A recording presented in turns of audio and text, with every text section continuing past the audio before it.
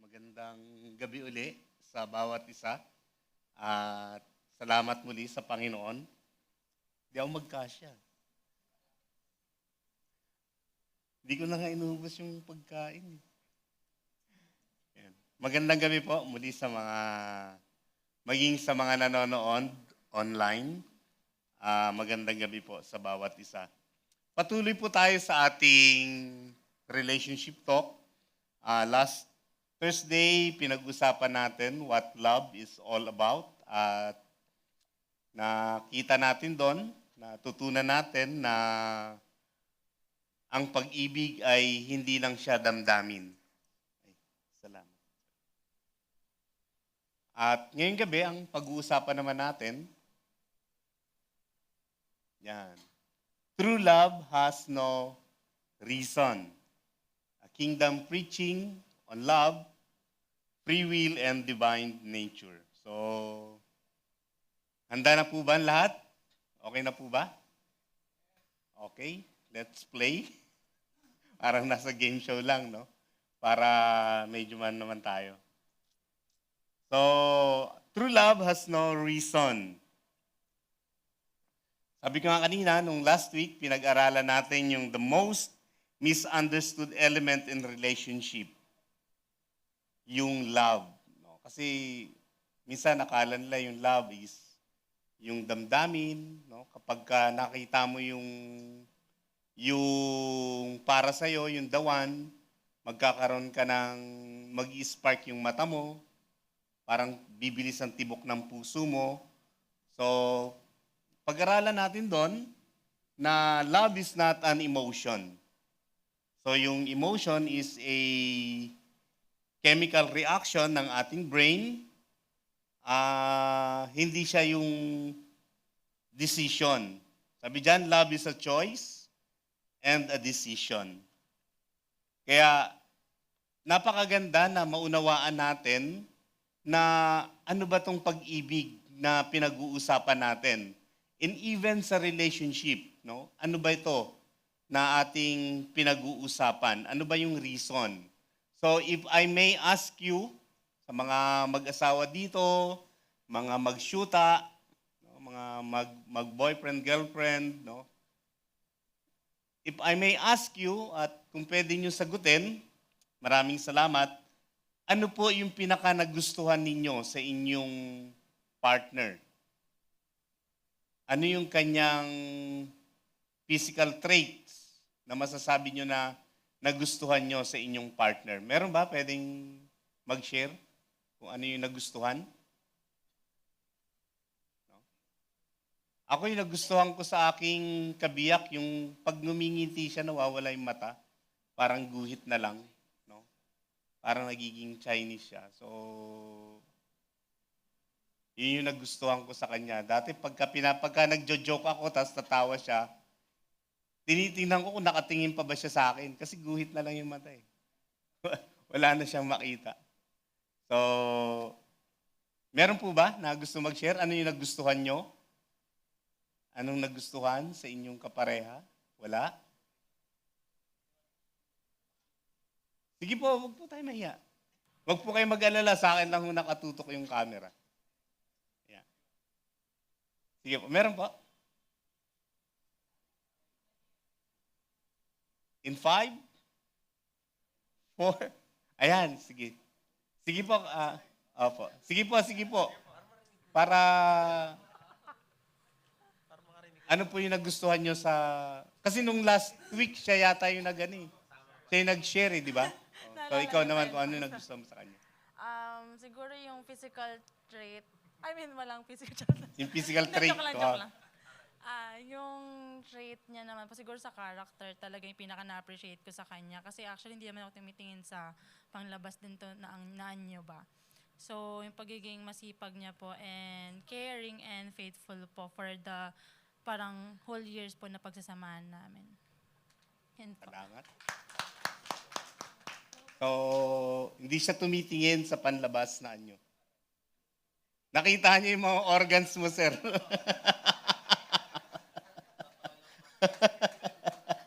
joke lang po, joke lang. Para sumaya lang po tayo. Total, last Thursday na natin. Meron pa iba na gusto mag-share? Ayun. Kung ano yung nagustuhan niya sa kanyang kabiyak. Ayan na. Ah, at first po, syempre sa looks. Ayan. Artistahin talaga si Mrs. Oh. And 7 years na po kami married. Yung first, syempre, yung unang kita ko, syempre, physical, diba? Looks. Pero nung nakilala ko na siya, nilagawan ko na siya, character na. Ayan. Tapos, nung mas tumagal pa, nakita ko yung faith niya. So sabi ko, mas mag-grow ako sa faith ko kasi yung misis ko talagang mainit din sa Panginoon. Amen. Salamat po. Yeah. Meron pa? Meron pang ibang mag-share?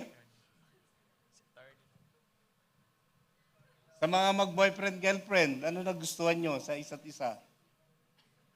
Ay, si attorney ba mag-share? Si attorney daw po yata. Aben, akala ko nakataas yung kamay. Sayang, di niya marinig. Pero sige po, attorney. Nagustuhan ko po sa kanya, lagi siyang wala. Ngayon wala po siya. Joke lang, joke lang. Joke lang po. Nanonood po ba? Well, ano po, talagang, syempre po yung looks, katulad po nung na-share ni Sir. And then, the character po. So, yun po yung talagang naging key factors for me to decide. Salamat po.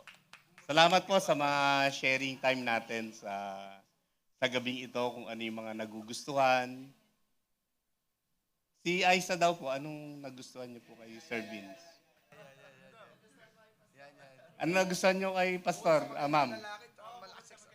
Bukod sa, siyempre, given na yung pagiging magandang lalaki. Wala po, inapilitan na lang po ko sa kanya. Gumante na, gumante. Sorry. Last week kasi ako, Sorry, nagtanong pa ako. No? So, salamat po. The world today, yung mundo natin ngayon, they always speak about love. No? Kaya lang, hindi nila naiintindihan kung ano yung love. They sing about love, cries about love, and nagiging broken-hearted sila because of love. And a lot of sadness, stress, anxiety na ibinibigay sa mga tao ngayon dahil hindi nila nauunawaan kung ano ba talaga yung love, yung pag-ibig. Only few understand what true love is. Yung ating pinag-uusapan na love is yung agapeo love or agape love. No? Agapeo is a verb form of love. Ito yung action word niya. Agape is the base. No? So ito yung pinag-uusapan natin. Only few understand that love. That love is a decision. No? Kung sa mga ikinasal, till death do us part. Ano man yung mangyari. No?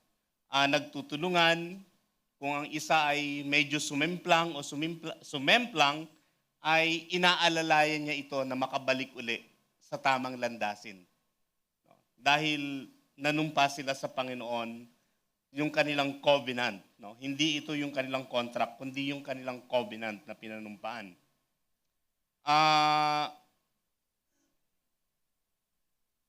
Marami sa tao ngayon, they don't fall out of love, but they fall on conditions. Bago sila magsama, bago ikasal, halimbawa, may mga couple na tinatawag na nagkakaroon sila ng prenuptial agreement, no, para ma-distinguish kung ano yung kanyang personal na ari-arian o yung ano yung kanilang conjugal na pag-aari. No? So, may mga ikakasal ngayon na pumapasok sila sa ganyang mga kasunduan, yung prenuptial agreement. But tonight, we will confront yung i-debunk natin yung tinatawag na myth or lie about that love has a reason. Na parang kailangan mo ng reason para mahalin ka, no? Parang yung sa mga pelikula, give me a reason to love you. Give me a reason to stay with you. Parang mga ganon. Pero i-debunk natin ngayong gabi yan, na makikita natin yan na hindi yan totoo. Yung sa atin, yung mga kung paano natin naramdaman yung pagkagusto natin sa ating mga kabiyak, ang tawag dyan ay infatuation. No, it's not love. Yung love ay yung pagdidesisyon mo na ito yung makakasama mo sa buong buhay mo. Infatuation is an intense, often short-lived, obsessed passion for someone. No? Minsan, it is characterized by a honeymoon phase or euphoric feelings. Idealization and physical excitement driven by brain chemicals rather than deep connections. Naririnig po ba ako? Okay po. Salamat po. Sa ganyang emotions, alam niyo po ba na ang ating Panginoong Diyos, sa maraming kaparaanan, pagkakataon, nagpakita din siya ng kanyang emotion. Baka isipin natin na, ang Diyos ba may emotion? Yes, because He is a person. May emotion din po ang ating Panginoong Diyos. Meron siyang tinatawag na anger. No? Mababasa natin yan sa Psalm 7:11, Deuteronomy 9:22, and Romans 1:18. Sabi sa Romans 1:18, for the wrath of God is revealed from heaven against all ungodliness and unrighteousness of men who by their righteousness suppress the truth. So nagpapakita din ng galit ang Diyos. Galit ang Diyos dun sa mga tao na nananamantala, sinusuppress yung katotohanan. No, nagpapakita ng unrighteousness. Galit din ang Panginoon doon. Pero, nagpapakita din siya ng kanyang compassion. Psalms 135 verse 14, Judges 2:18, Deuteronomy 32:36. Sabi sa Deuteronomy 32:36, for the Lord will vindicate His people and have compassion on His servants when He sees that their power is gone and there is none remaining, bond or free. So, nagpapakita din siya ng kanyang compassion. Nagpapakita din siya ng kanyang lungkot, ng grief. Genesis 6:6 at Psalms 78:40. I-research nyo na lang po kung meron kayong mga Biblia para makita po ninyo yung damdamin, yung emotion ng ating Panginoon. Meron din siyang tinatawag na hate. No? Sa atin sa Tagalog, yung anger at hate parang parehas lang. Pero sa English, magkaiba po yan. Proverbs 6:16, Psalms 5:5, and Psalms 11:5. Nakakaramdam din siya ng jealousy. Exodus 20 verse 5, Exodus 34:14, Joshua 24:19. Sa Exodus 20 verse 5, sabi niya, huwag kayong magkakaroon ng ibang Diyos. Dahil ako na inyong Diyos ay mapanibughuin. No? I am a jealous God, sabi niya doon. And then yung galak, joy. Zephaniah 3:17, Isaiah 62 verse 5, and Jeremiah 32 verse 41. So ito yung emotion ng Diyos. No? Tatanungin natin, ang emotion ba ng Diyos ay kapareho natin, ng mga tao? Hindi. Dahil tayong mga tao, meron tayong tinatawag na mood swings. No? Yung mga babae, kapag meron silang tinatawag na buwan ng dalaw, bisita, so meron silang tinatawag na mood swings. Tama po ba yun? Sa mga kababaihan? O yung mga lalaki yung nagkakaroon ng mood swing pagka kayo may bisita? So, ang Panginoong Diyos, wala po siyang mood swing. Sa theological na pananalita, yung personhood is often defined as the state of being an individual with intellect, emotion, and volition. So, Dahil nga ang Diyos ay persona siya, meron siyang emotion. And even ang Holy Spirit, nagbabala, no? Nagbabala si Apostol Pablo sa atin na huwag nating bibigyan ng kalungkutan ang banal na Espiritu. Anong ibig sabihin nun? Sa ating mga ginagawa na hindi nakakalugod sa Kanya, nalulungkot siya sa atin kapag tayo ay nagkakasala. So ano yung big idea natin? Big idea, if love has a reason, it is a condition. And if it is a condition, then it is not love. No? So,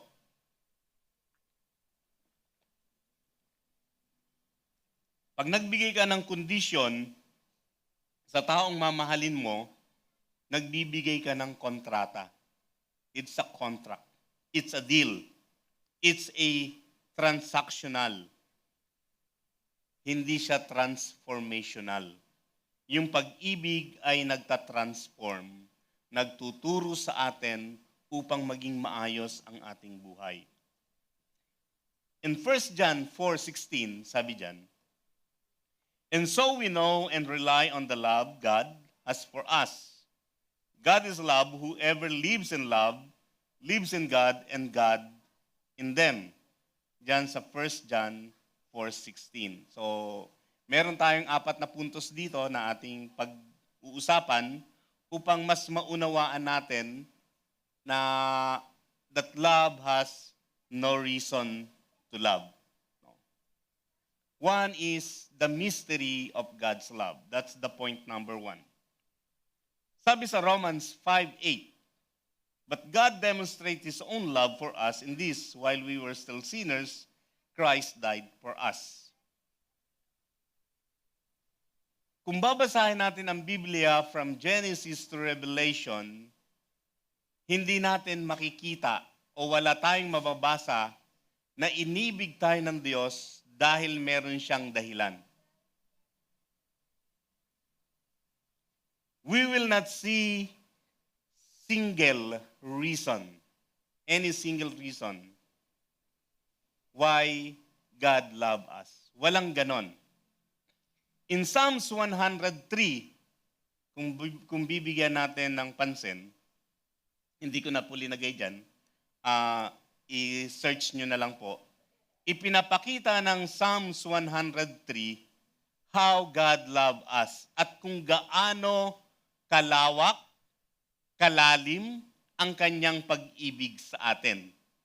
Even yung ating mga pagkakamali, our transgressions, hindi yun tinatandaan ng ating Panginoon Diyos. Sabi dun sa Psalms 103. Sa verse 11 and 12, ipinapakita doon na kung gaano kalayo, kataas ang langit at ang lupa, ganun din ang kanyang pag-ibig. Kung gaano kalayo yung distance ng east at ng west, ganun din ang pag-ibig ng Diyos sa atin. Pero hindi ibinigay kung ano yung reason bakit tayo minamahal ng Diyos. The only reason, no, na pwede kong sabihin personally sa pagmamahal sa atin ng Diyos, John 3:16, meron dong 8 letter, 3 words. For God so loved the world that He gave His one and only Son, that whoever believes in Him shall not perish but have eternal life. Yung 8 letter na yan, for God so, no? Kasama na tayo dyan. Ganon yung tindi ng kanyang pag-ibig sa atin. Because love is a nature of God. Nature niya yon. Kalikasan niya yon. Kalikasan ng Diyos yon. That is why,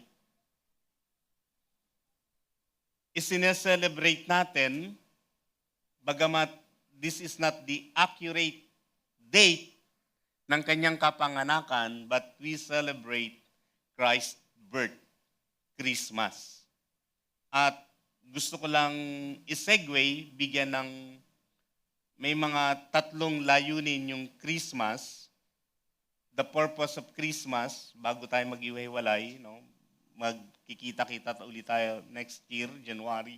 Gusto ko lang bigyan ng pansin yung purpose ng Christmas. First is, Jesus came to erase misconception about God. Ano ba pagkakilala natin sa Diyos? No. Many people think that God is like a genie. They make wish.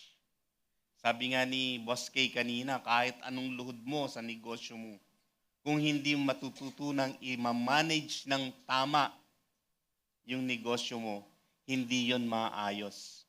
Kahit maging violet na yung tuhod mo o maging bluish na yung tuhod mo at maging kalyo na yan, kakaluhod. Kung hindi mo matututunan i-manage ng maayos yung business mo, hindi po yan maayos. So people think that God is like a genie. They make wish. Pag di binigay ang wish, tampo na. No? Parang yung isang bata, lagi nagpe-pray. Gusto niya lagi ng bisikleta. Nang 2 taon na yata siya. 3 taon, sabi niya, nag-pray siya. Catholic kasi. Jesus, pag hindi mo pabinigay yung bike sa akin ngayong taon, hindi mo na makikita yung nanay mo. Kinidnap niya. Kinidnap niya yung nanay. No? So, they make wish. The others, they think God is like a waiter. Kapag nag-order ka, pag nag-ask ka ng something, ibibigay ka agad sa'yo. Lord, gusto ko ng ganito. Lord, gusto ko ng ganyan. Kailangan mo. Ang nakakalungkot, 100% tayong mga Pilipino, naniniwala tayo sa Diyos. Kaya lamang, distorted ay ang idea natin about God. Ang ating Diyos, isa siyang pagmahal. Hindi siya mahigpit. Hindi siya killjoy. And then number 2 reason, Jesus came to express the love of God. Hindi siya killjoy. Kaya nga bumaba dito si Kristo sa lupa upang i-express niya yung pagmamahal ng Diyos kung gaano niya kamahal ang bawat isa. Ipinapakita ng ating Panginoong Kristo na ang layunin ng Diyos ay hindi ka mapahamak. Yes, ang Jeremiah 29:11 or 11:29, ito ay pagpapakita ng plano ng Panginoon, pero binibigyan ito ng katuparan ng ating Panginoong Kristo.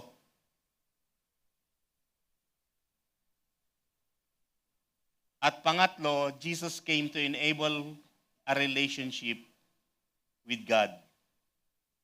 Gusto niya na magkaroon tayo ng relasyon sa Diyos. Isinigway ko lang kasi total pag-ibig din naman yung ating topic. So Jesus is the original Christmas gift. Sabi natin, Jesus is the reason of the season. Well, tama din naman.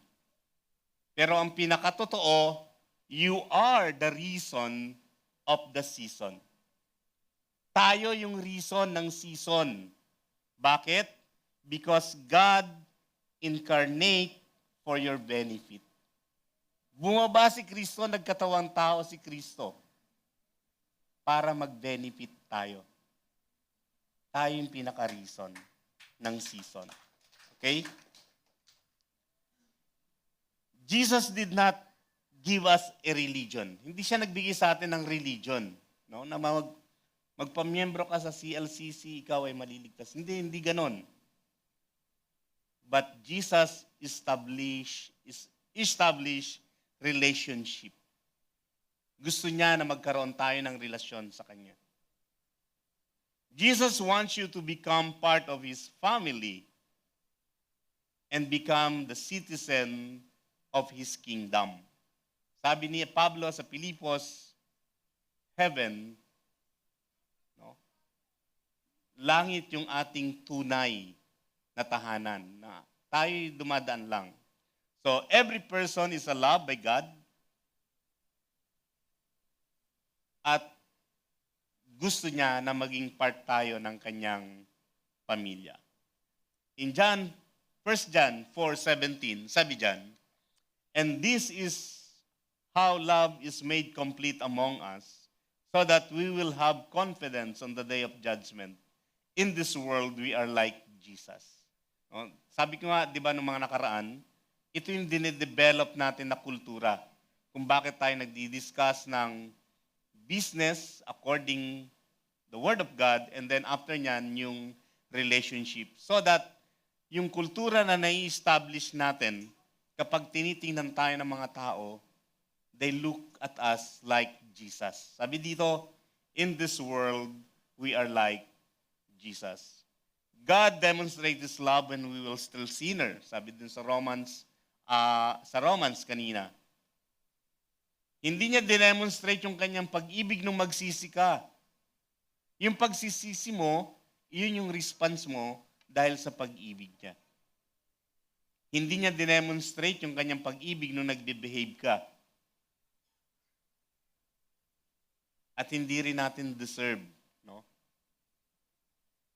Kundi, dinemonstrate niya yung kanyang pag-ibig even when we were still sinner. Di ba? So, yan yung number 1, the mystery of God's love.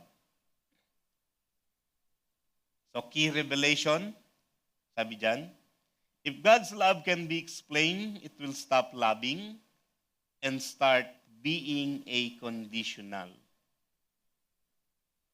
Because the love that can be explained is love that can be rebuked. Halimbawa, kung ang aking may bahay ay minahal ko siya dahil sa kanyang singkit na mata, nagkakaedad, lumalaki yung mata, hindi ko na ba siya mamahalin? Pero dahil nagkakaedad, lalong nawawala yung mata, so, mas nagugustuhan ko. And then number 2, na yung love is not, that has no reason, reason-based love is dangerous. Bakit? If someone can tell you why she love you, you're in trouble. Kasi pag nawala na yon, kumupas na yon, goodbye. No? Goodbye ka na at maghahanap siya ng panibago. May expiration na. So why? Because, ito na yung maraming because. A reason leads to condition. Condition leads to expectation. Expectation leads to pressure. Pressure leads to disappointment, and disappointment leads to resentment. Resentment leads to division. And division leads to divorce. Hindi na magkasundo. Sabi ng iba, kaysa mag-away pa kami na mag-away, maghihiwalay na lang kami.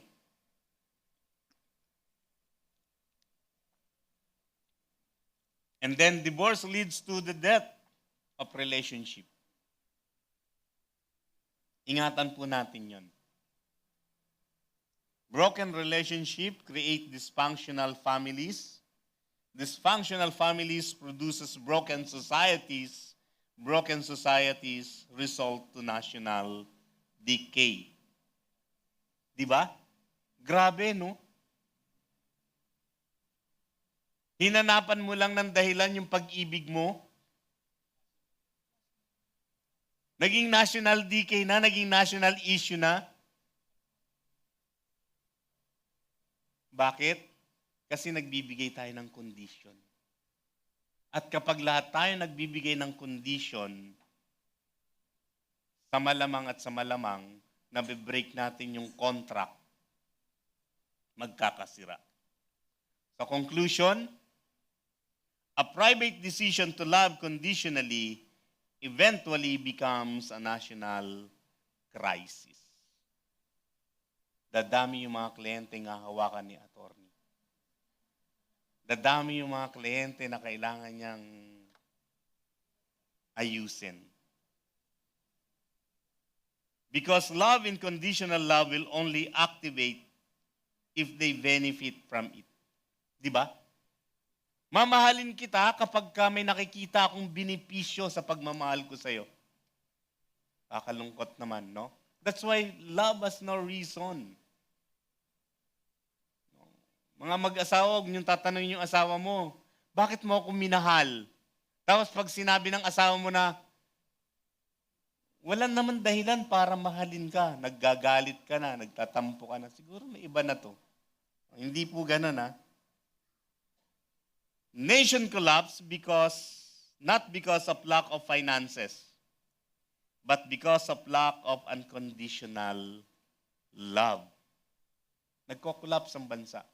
Actually, yung bansa, hindi yung collapse ng bansa, hindi ibig sabihin na bankrupt na siya sa finances, kundi nagko-collapse siya dahil nawawala yung kanyang relasyon sa Diyos, yung kanyang unconditional love. Number 3, that love has no reason, the world false definition of love. Katulad niyan sinabi natin kanina, yung mundo, nakatingin sila sa false definition of love. Nakakala nila yung love is a feeling, na kapag ka merong kumikiliti sa kanila, this is love. Kapag ka nagtama ang inyong mga siko at may kuryente na lumabas, this is love. Hindi po ganon, no? The world false definition of love. So anong characteristic ng false love? Self-centered and conditional. No? Lustful and impure. Hypocritical and inauthentic. And then it records wrong. Nagbibilangan kayo ng mali. Isa na lang, bibinggo na. Isang maling paglagay mo na lang ng toothbrush mo pag hindi mo ilinagay yan sa tamang lagayan. Pag iniwan mo pa rin yan sa lababo, yari ka na sa akin. No? And then proud and self-seeking. Ako lang naman ang nagano dito di ba? Ako lang naman ang laging nagbibigay sa iyo. Ako na lang lagi ang nagsasakripisyo. Kaya si Apostol Pablo, nagpaalala siya patungkol sa genuine love. 1 Corinthians 12:9 and 10. Sabi dyan, love must be sincere. Hate what is evil. Cling to what is good. Be devoted to one another in love. Honor one another above yourselves. Selfless. Sabi ng mundo, if you love me, you will do what I want. Pero hindi po yun love. Yun po ay pagkokontrol at manipulation. Naalala ko nung high school kami, yung kaibigan ko may nililigawan. Sabi nung nililigawan niya, kasi yung kaibigan ko naninigarilyo. Kung talagang mahal mo ako, titigil mo yung paninigarilyo mo. Eventually, naging mag-asawa sila. Kaya lang ngayon, chain smoker pa rin yung kakilala ko na yun. Tinigil niya lang for a short period of time dahil nanliligaw siya. Pero nung magkatuluyan na sila, balik uli siya sa bisyo niya. Love did not say, change or I leave. Magbago ka o aalis ako. But love says, I'll stay even when you change. Teka, ayusin lang natin Parang nagko-contradict sila sa isa't isa No? Kahit ako nung pinag-aaralan ko parang nagko-contradict. No? Change or I leave. Tapos sabi, I'll stay even when you change. No? Ibig sabihin ng isa nung nasa una, change. Be good. Maging mabuti ka. Yung sa baba naman na change is your feelings and mind becomes afar. Napapalayo yung damdamin mo. Ganito yung pag-ibig ng Panginoon. Kahit lumayo yung ating damdamin sa Kanya, lumayo yung ating isipan sa Kanya, hindi natin siya nagiging priority, and yet dahil sa Kanyang pag-ibig, gumawa siya ng kaparaanan. Nagbukas siya ng business talk at ng relationship talk para mapaalala sa atin kung gaano tayo kamahal ng ating Panginoon. Amen? Salamat po. So, ibig sabihin, no, hindi siya nagko-contradict ka. Yung isa, be good. Change. Kasi parang magbago ka. Magpakabuti ka, magpakabait ka muna. Yung isa naman, kahit lumayo na yung damdamin mo, mahal pa rin kita. Ganun yung number 4 at panghuling pinakapunto, point number 4. What true love actually is 1 John 4:10 to 12. Sabi diyan, this is love. Not that we love God, but that He loved us and sent His Son as an atoning sacrifice for our sins. Dear friends, since God so loved us, we also ought to love one another. No one has ever seen God, but if we love one another, God lives in us and His love is made complete in us. Yung sinasabi diyang ought to love one another, ito yung ating response dahil na-realize natin kung gaano tayo kamahal ng Panginoon. And the only way we can show how we love God is to love one another, to love a person dahil nilikha tayo ng Diyos ayon sa kanyang wangis. Okay? Your spouse, your friends, your neighbor, your workers, your employee, they bear the image of God.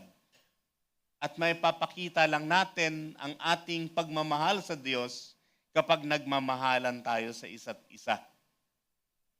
And that's the culture of the kingdom of God. Yung nagmamahalan sa isa't isa. No?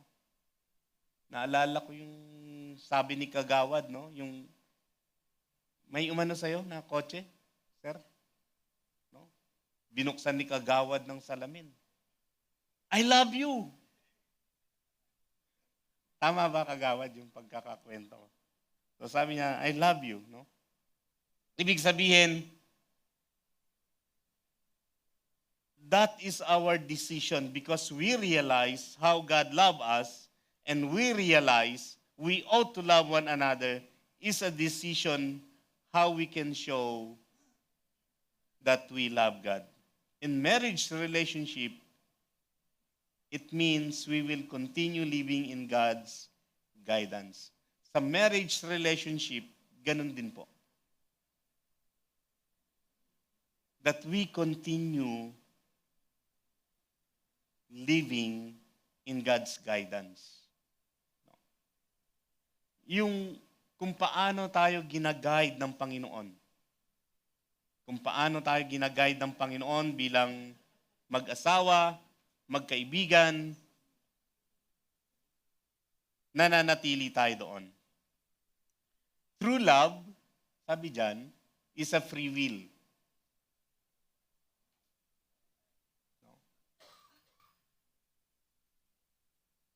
And true love says, you can choose what you want and I'll still love you. Actually, people did not choose to sin. Hindi nila pinipiling magkasala. Nagkakasala sila, they sin because they are sinner.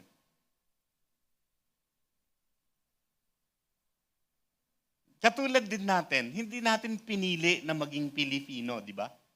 Sino pumili dito na maging Pilipino siya? Liban na lang kung naturalize ka, di ba? Na Pilipino. Pero hindi natin pinili na maging Pilipino. Pilipino tayo kasi yung ating ancestors, yung ating lineage ay Pilipino. Hindi tayo naging Pilipino dahil kumakain tayo ng kanin 3 times a day. Hindi tayo naging Pilipino dahil mahilig tayo sa sinigang. Hindi tayo naging Pilipino dahil matamis yung ating spaghetti. Hindi yon. Kundi naging Pilipino tayo dahil sa ating lineage. The same thing is true. People did not choose to sin because they sin because they are sinners. God gave us free will to choose. Hindi tayo nilikhang robot. God gave us free will for us to be responsible and be accountable in all what we do. God did not force us to love Him. May pinilit ba dito si Boss K na para maging mananampalataya kayo? Sasabihin ni Boss K, hindi ko na kita tuturuan ng business pag hindi ka naging Christian. Wala naman siguro. God did not threaten us to love Him. Hindi tayo tinakot ng Diyos. Pag hindi mo ako minahal, mapupunta ka ng impyerno. Walang ganon. Mapupunta ang tao sa impyerno dahil ayaw niyang tanggapin, ayaw niyang ipamuhay yung katotohanan kung paano siya minahal ng Diyos. Kahit iba ang prioridad natin, unti-unti pinapakita sa atin ng Diyos kung paano siya magmahal para sa atin. He sometimes use people, katulad nito, sometimes use mga pagkakataon. Nagdidesisyon tayo na mahalin natin siya, ibigay natin ang ating buhay sa Kanya dahil unti-unti namumulat yung ating mga mata sa katotohanan. Kaya, alam nyo, napakaganda, napaka-importante, yung tinatawag na faith, pananampalataya, at pagiging born again. Born again na hindi religion, kundi born again na lifestyle, condition. I mean, yung ating condition ngayon. Sa John chapter 3, may isang magaling sa batas na lumapit sa Panginoon. Ang sabi ng Panginoon sa kanya, nung nagtanong siya sa Panginoon, ang sagot ng Panginoon, sabi niya, si Nicodemus, no one will see the kingdom of God unless they are born again. Anong ibig sabihin? Kailangan mong mamatay sa iyong citizenship. At ipanganak ka muli as a citizen of God's kingdom. Para makapasok ka doon. Para maging mamayan ka ng langit. Ibig sabihin, kailangan nating isurrender yung ating citizenship. Yung ating sarili, yung ating buhay. Kasi citizen tayo ng mundong ito eh. Kailangan nating isuko yun. I-deny yun. And then, kailangan nating mabuhay uli sa Kanya. Kailangan nating mabuhay. That's why born again. We cannot see the kingdom of God unless we will be born again. Hindi ito religion. Hindi ito membership ng church. Kundi ito yung ating lifestyle.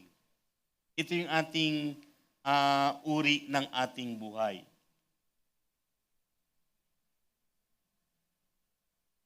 Sabi sa Deuteronomy 30 verse 19, nagpapili ang Panginoon sa kanila. This day I call the heavens and the earth as a witness against you, that I have set before you life and death, blessings and curses. Now choose life, so that you and your children may live. Ipinakikita dito ng Panginoon. Pag nag-decision kayo, tingnan nyo kung ano yung magiging consequence ng inyong decision. Parang ganon. Parang yung sinasabi ni Boss K kanina na palpak yung una kong business eh. No, hindi palpak yung una mong business. Hindi ka lang nakapaglagay ng tamang sistema. Ganon din dito sa verse na to. Every decisions that you make, look for the consequence. See the consequence of your choices. Sa inyong mag-asawa, pag nagplano kayo, tingnan nyo yung inyong yung consequence ng inyong choice. O, sa mga mag-boyfriend, mag-girlfriend dito, kapag ka nag-asawa kayo ng maaga, hindi pa kayo prepare, titingnan nyo yung magiging consequence, yung magiging bunga ng inyong decision. Anong mangyayari sa atin? Mahirap ang panahon. No? Kung consider nyo saan kayo titira.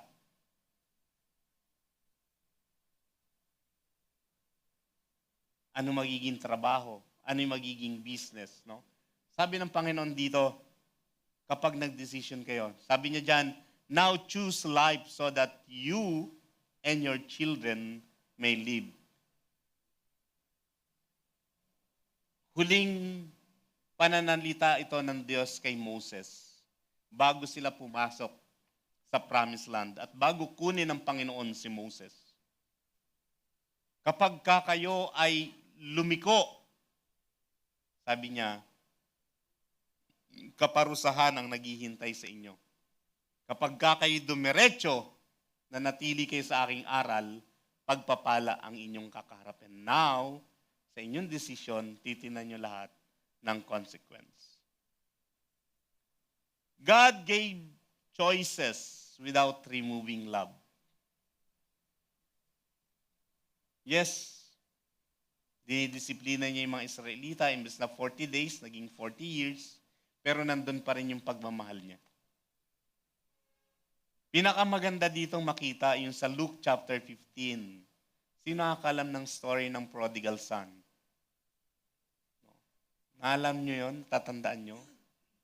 Yung bata, sabi niya, Papa, kukunin ko na yung mana ko. Akin na yung mana ko. At magtatayo ako ng sarili kong negosyo. Kaya lang, yung bata na pariwara, naghirap, and then isang araw na naisipan niya, sa bahay ng aking ama, yung mga katulong doon, maayos yung kalagayan, ako dito. Pagkain na ng baboy yung kinakain ko, so uuwi ako. Pag uwi niya, nakita siya sa malayo ng kanyang ama, tinakbo na siya ng kanyang ama, niyakap siya. Sabi niya doon sa katulong, bihisan to, itong aking anak namatay, ngayon ay muling nabuhay. That story represents us and God. Even though napawalay tayo, napalayo tayo, kasi may gusto tayong patunayan, and then na-realize natin eventually, bumalik tayo sa Panginoon, tinawag natin siya, sinuko natin ang ating buhay, hindi niya tayo hinusgahan. Ano, ngayong bagsak ka na, saka ka babalik sa akin?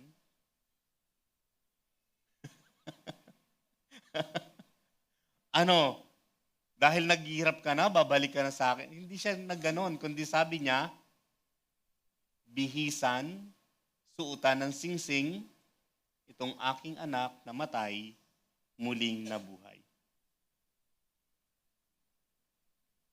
Hindi niya minanipulate yung anak, di ba? Hindi niya kinontrol. Binigyan niya ng laya. Pero nung bumalik, minahal niya pa rin. Siguro meron sa atin dito no, na nag-iisip na mahal ba talaga ako ng Panginoon? Bakit nangyayari sa buhay ko to? Well, pinag-aralan natin that God's love, the depth and wide, ganun kakamahal ng Panginoon. Kung gaano kalayo yung distansya ng langit at ang lupa, ng east at west, ganun tayo kamahal ng ating Panginoon. Love that has reason is a control, and controls is fear in disguise. kung bakit kinokontrol nila yung kanilang mga minamahal, yung iba, kasi ayaw nilang mawala. No, natatakot sila na baka mawala. Pero sabi nga ni Freddy Aguilar, kapag yung ibon, hinawakan mo ng mahigpit, gusto niyang kumawala at lumipad. So, kingdom reality, if God wants to control us, God could have created robots that has no free will. Kung ano lang yung nakaprogram sa kanila, yun lang gagawin. Instead, God created human. He created you and me. He gave us free will. And we will decide to become His children by surrendering our life. No? By changing our citizenship. Dying from old citizenship and born again to our new citizenship. Ano yung ating bagong citizenship? We are now citizens of heaven. So happen na yung ating future na kalagayan in-stack na sa ating present na kalagayan upang maipractice natin yan. Ipapractice natin yan ngayon para pagdating doon, hindi na tayo maninibago. Our heavenly life, ipinapractice na natin ngayon pa lang. Para pagdating doon, hindi na tayo maninibago. Forced love is not love. Love must be a decision, a choice, or it is meaningless. Kapag pino-force mo yung love, it is meaningless. So, conclusion, love has no reason. There's no reason to love someone, no? You love him or her because you love her or you love him. The moment there is reason, it's no longer love. It is a deal. Kontrakta na yan. Love is not logical. Love is not explainable. And love is divine. So, final truth, sabi dyan, if love can be explained, it can be canceled. God's love for us has no reason. He loves us unconditionally. He willingly gave His life for us, our Lord Jesus Christ, na dapat tayo nandun, pero kinuha niya na yon. Therefore, God's love has no expiration.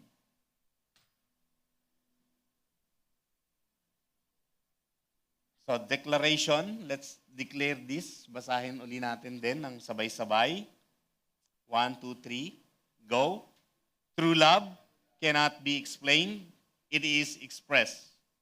God's love for me has no reason, and that's what makes it divine. I will not force or control people in the name of love. I will love freely, fully, and without conditions like God. Amen. And thank you and God bless. Meron po kayong mga tanong? Meron pa tayong 5 minutes? Meron po kayong tanong? Any Wag lang- questions po? Baka po meron po kayong mga katanungan.